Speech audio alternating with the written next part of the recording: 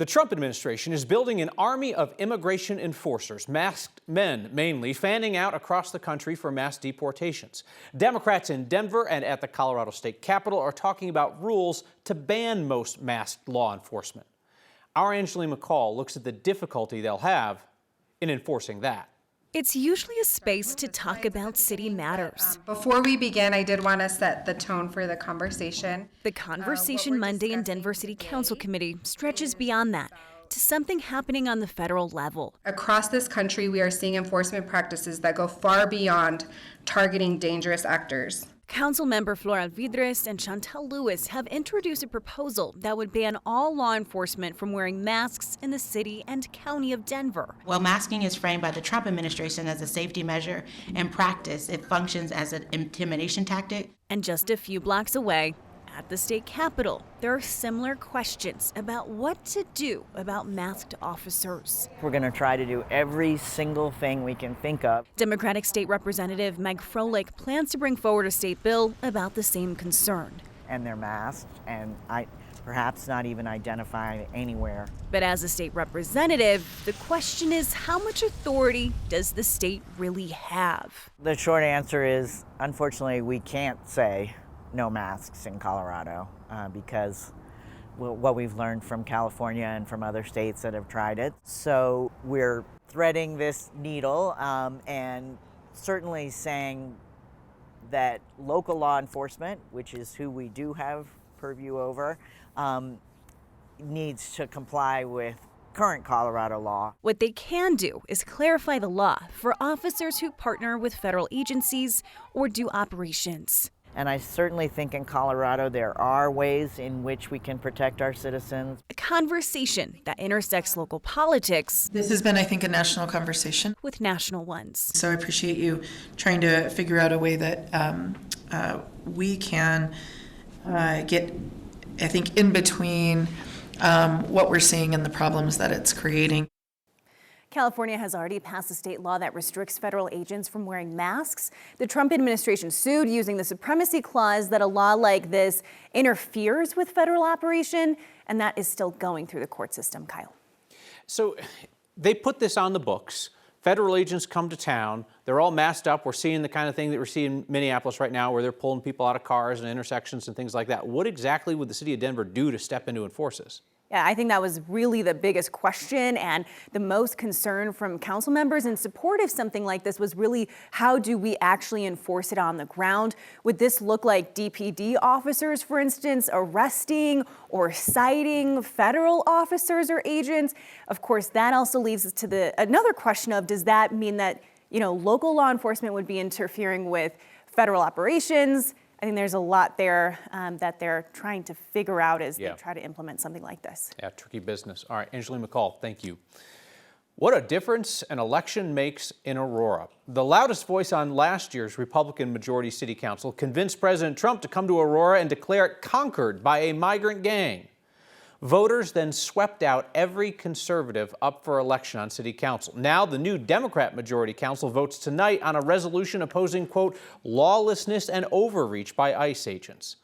The resolution under consideration tonight condemns ICE for, quote unquote, extrajudicially killing a U.S. citizen in Minneapolis last week. It also calls the immigrant detention facility in Aurora a stain on that city.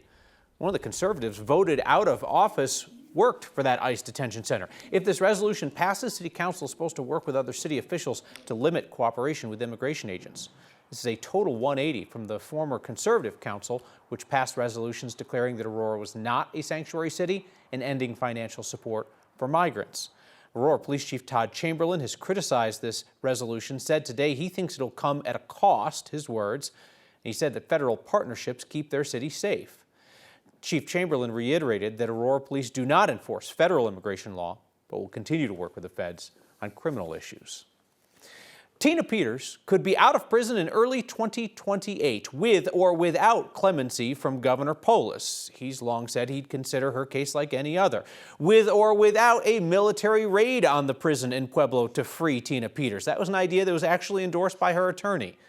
This week, Peters' legal team will be in a courtroom in Denver trying to parlay a meaningless presidential pardon on state charges into some kind of get-out-of-jail-free card. Our Marshall Zellinger looks at when Tina Peters may be free. When Tina Peters entered La Vista Correctional Facility in Pueblo last April, she never was going to serve her full sentence, which is through February 2033. In Colorado, when a nonviolent prisoner enters prison, their sentence is essentially reduced by half, and then they can earn 10 days off their sentence every month they behave. It's an incentive for individuals who are convicted of felonies and sentenced to prison to improve their parole eligibility status by simply not breaking the rules. Tina Peters' inmate record shows her mandatory release date is February 2033. That's unrealistic. Look above that. Her current parole eligibility date is December 20th, 2028, and it can move earlier every month. The longer an inmate is incarcerated in the DOC, the closer their parole eligibility date comes, as long as they've been behaving themselves. On the left of this graph is today's date. The far right, the date Tina Peters needs to be released. The line in the middle, that's the date she's eligible for parole as of today. And for each month she behaves, the parole eligible date can move 10 days earlier. Assuming she continues to get her full credit based on our math, that would put her earliest parole eligibility March 2028. And when I interviewed Democratic Governor Jared Polis last month, he seemed to know that date already. Like any inmate, we always would look at the situation if she's ill or there's some other issue, but she should be out, on probation in the next 2.5 years. Tonight on the CBS Evening News, Polis again said he would look at giving Peters clemency no different than anyone else, but suggested the final year of his term might come with more leniency. In my last year, certainly mercy and giving people a second chance, it's a core value of mine, and I'm really looking to do it in other ways that can help people. Each year, Polis provides pardons and commutations at the end of a year. He did not do so last month, and it's not clear if Peters can even apply because she has not served enough of her sentence to qualify. But Scott Robinson says that rule is administrative and that the Constitution gives Polis the power to give clemency to anyone, even if they don't ask. She may get a reprieve later this week when her attorneys Wednesday argue in front of the State Court of Appeals that she should be let free on a number of reasons, from too harsh a sentence to the president's currently powerless pardon. It'll be really interesting to see what the justices make of this case, or the judges make of this case on appeal, because the thought in the legal community is that some of the theories put forward by her team are pretty outlandish. Sure, and I think a lot of it from a judicial standpoint is, are you contrite? Do you believe what you did was wrong? And that could be the only thing keeping Tina Peters in prison this long for sure, is to say, like, look, I made a mistake, or just show some sort of, like, I know what I did was wrong. Polis nodded to it again today when he was on CBS Evening News, the idea of, is somebody repentant for what they did?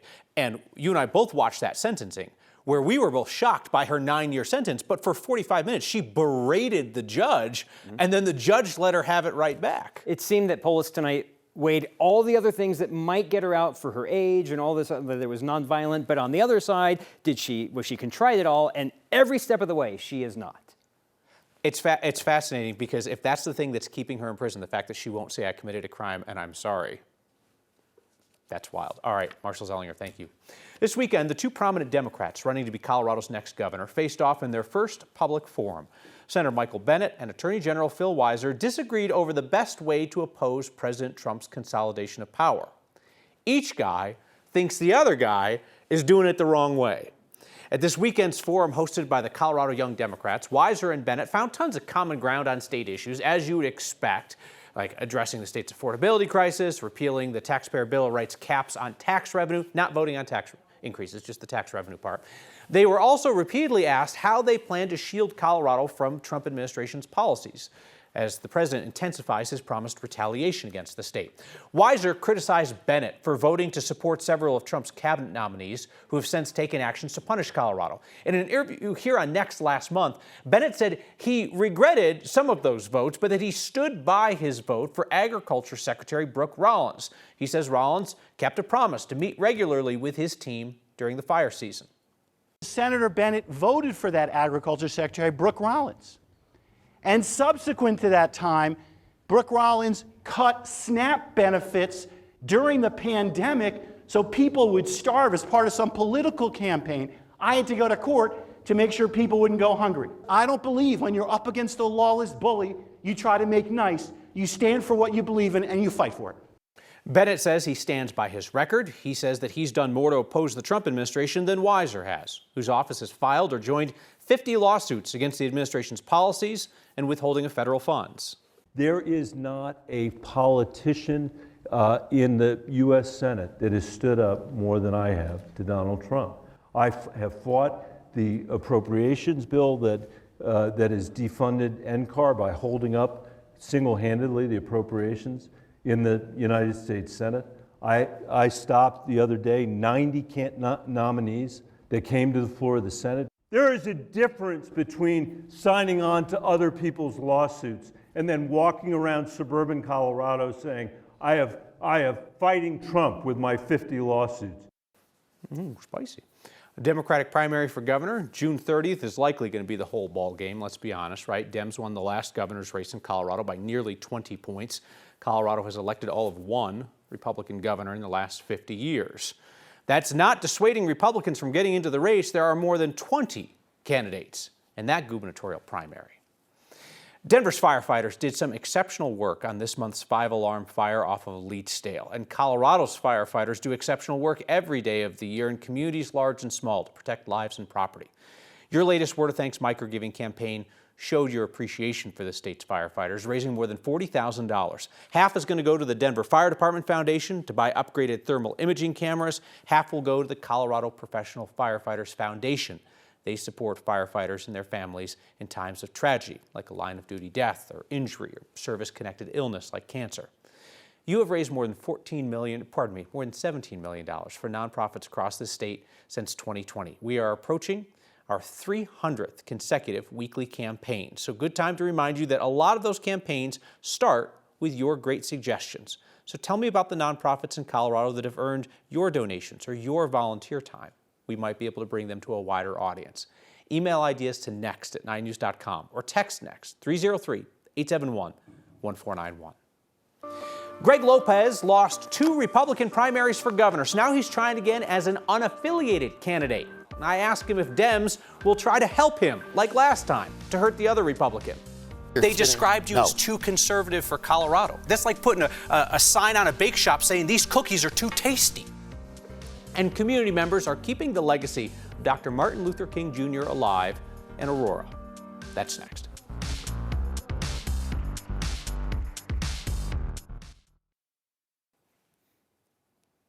Meteorologist Chris Bianchi, picture with me this.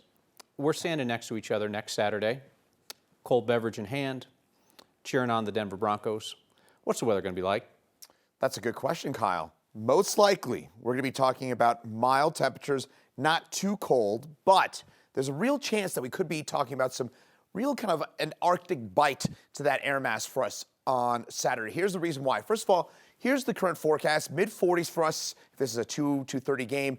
If it's a 6:30 kickoff, then we'd most likely be talking about upper 30s, low 40s for those temperatures. But got an area of low pressure that'll be around during the game just, and I mean just, to our east here of Colorado.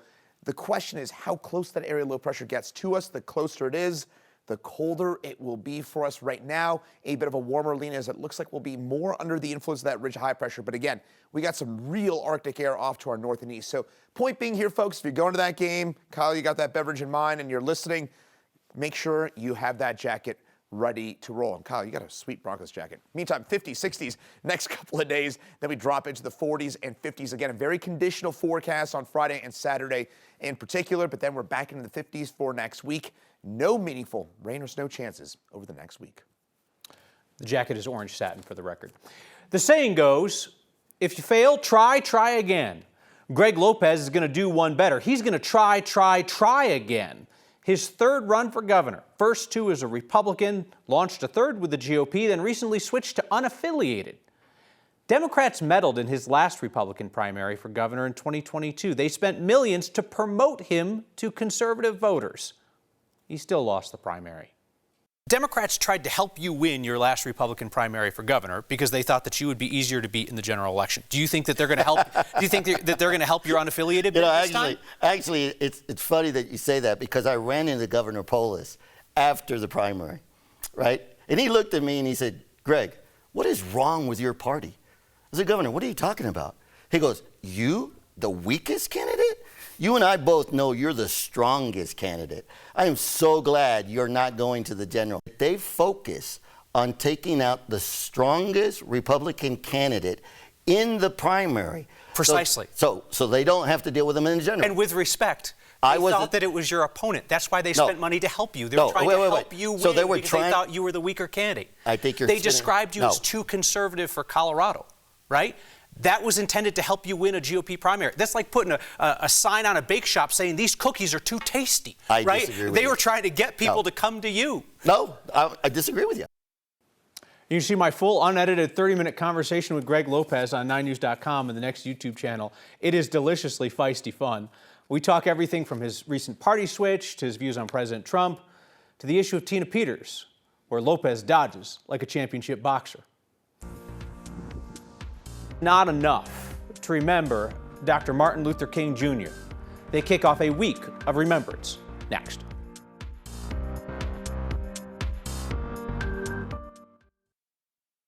Dr. Martin Luther King Jr. stood for racial equality, human rights, justice for all, and today the city of Aurora kicked off its celebration, emphasizing the ongoing work to achieve his dream. First of all, welcome to the 2026 40th Annual Martin Luther King Commemoration Week.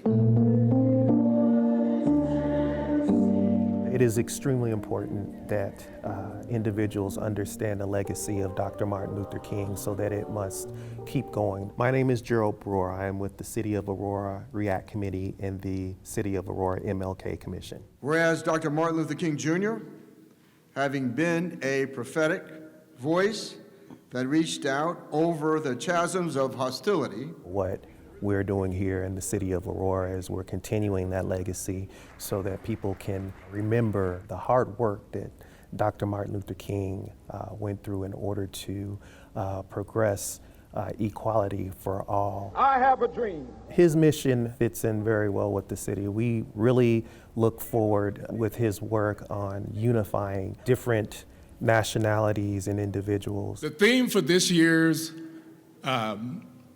ceremony is I am the dream. We have 160 different languages spoken here in Aurora, and it is a very diverse community. Los hijos de antiguos esclavos. So the embracing of those different cultures, just as Dr. Martin Luther King Jr.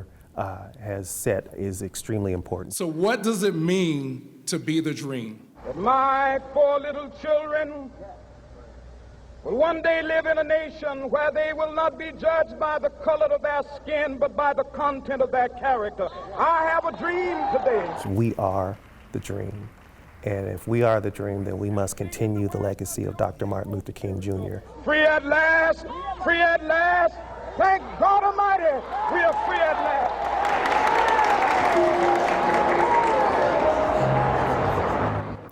We're back to finish tonight with your feedback and a very good question next. Good question from Tricia. She says, when you say we raised $40,000 or so for the fire departments, does that count the monthly donations to the Word of Thanks Fund? Because I thought I heard you say the monthly contributions were more than that recently. They absolutely were, Tricia. In November, the monthly contributions were a record $50,000 per week. Here is the thing. We have to work on an estimate because we're not going to learn what December's contributions were in full until later this week. I never want to over-promise what we've raised, so I always try to underestimate just a bit. And Leslie writes in to say, nice clean cheeks. Don't get caught checking out a man's cheeks, Leslie.